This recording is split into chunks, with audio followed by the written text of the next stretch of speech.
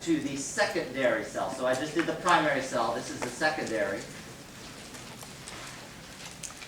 These have different purposes than the primary cell, so they're used in different conditions, as you'll see. This cell is reversible. So we can reverse this reaction. What does that mean? It's rechargeable. So these are your rechargeable batteries. And I'll put maybe in parentheses, by passing, oh, that's passing electricity through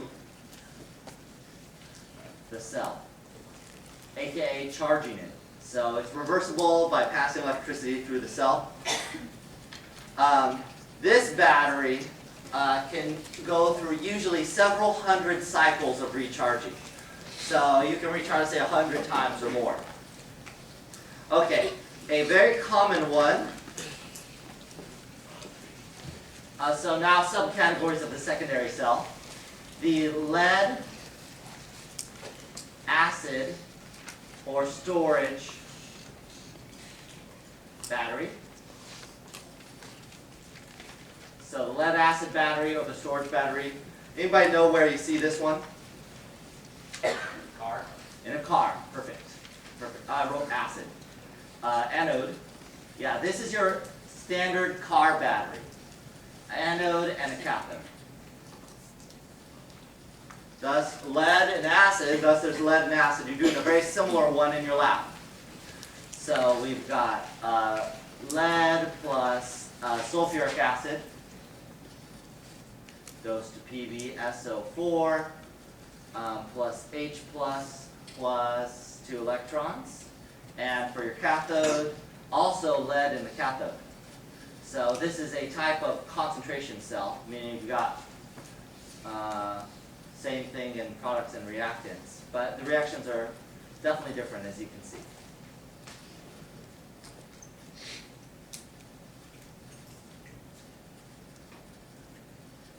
Okay, your standard car, does anybody know the voltage of your car? Yeah, it's a 12-volt battery, but the single reaction here is not 12 volts. This is approximately 2 volts. So what they do is put this reaction in series. So when I gave you that original definition of a battery, here we go, there's your lead acid battery. You can recharge it if it goes bad. Why, when you're driving your car around, why don't you commonly, every time you go to the grocery store, have to recharge your battery? Or you go somewhere to recharge it? Why don't you have to do that? You have a thing in your car called an alternator. And that alternator is constantly recharging your battery. And that's so it's constantly being recharged whenever the car is on. But if your battery goes dead for whatever reason, you leave the lights on, then you have to jump the battery. And that is recharging it using another 12-volt battery from a different car. And they have these plates in there, and there's 6 of them, so 2 times 6, 12 volts.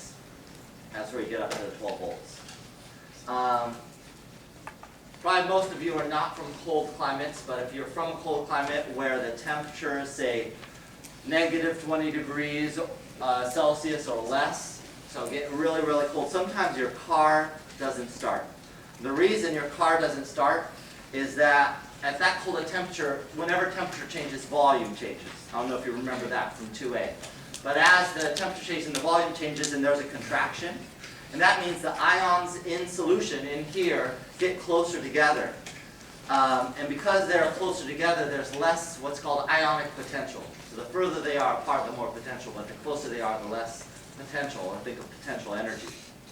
That decreases the voltage, and thus your battery won't start at low temperatures. But essentially, these can function in a big variation of temperatures. You can measure the density. So this has sulfuric acid in it, so you want to be careful whenever you're working with your battery. So thus, when you're jumping your battery, you want to be careful of the explosion that could happen, which is unlikely but possible. whenever the explosion happens, the big danger is not necessarily the explosion, but the sulfuric acid that's going to fly on your face. Okay? So you want to be careful of that. You can measure the density of the sulfuric acid, and every once in a while, you may need to add water to your battery because it runs out of water through all these cycles. So occasionally you do add water based on density measurements, and there's a little flotation device that's kind of small you can use to measure the density of the sulfuric acid in your battery.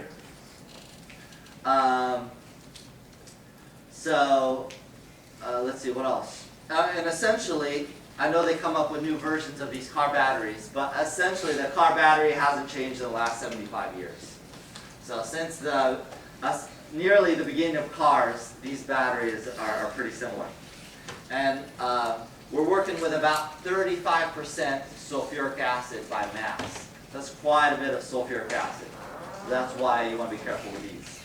Okay, so that's the lead acid or storage battery. Another subcategory within our secondary cells is called the nickel cadmium cell, or it's nicknamed the Nightcap Battery. You might have used these before. Let's write out the anode and cathode first, and I'll say a little bit about it.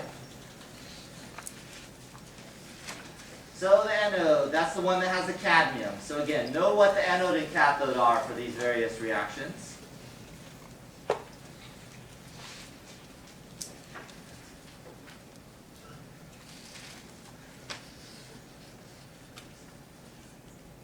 And then nickel for the cathode, it's a nickel oxide. Kind of a complicated little structure.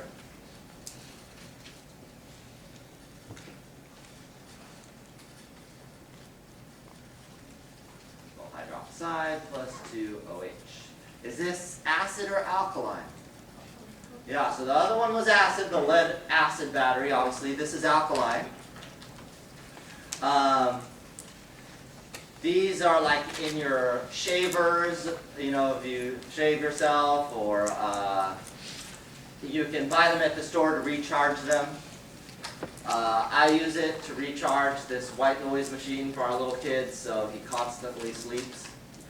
And we just recharge it, and I put the new ones in. These are good for rechargeable batteries. They just don't last as long, and they discharge over time.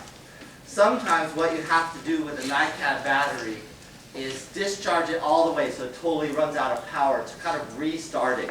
Because it has this thing called battery memory, and sometimes it's not able to totally charge up all the way if it has not been fully discharged. Okay, that's a Nightcap. The one other I'll mention, since it's so popular, is the lithium-ion battery.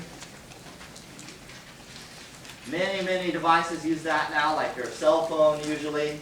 Your laptop computers will use this lithium-ion battery. Let me write out the anode and cathode, and I'll say a couple things about it.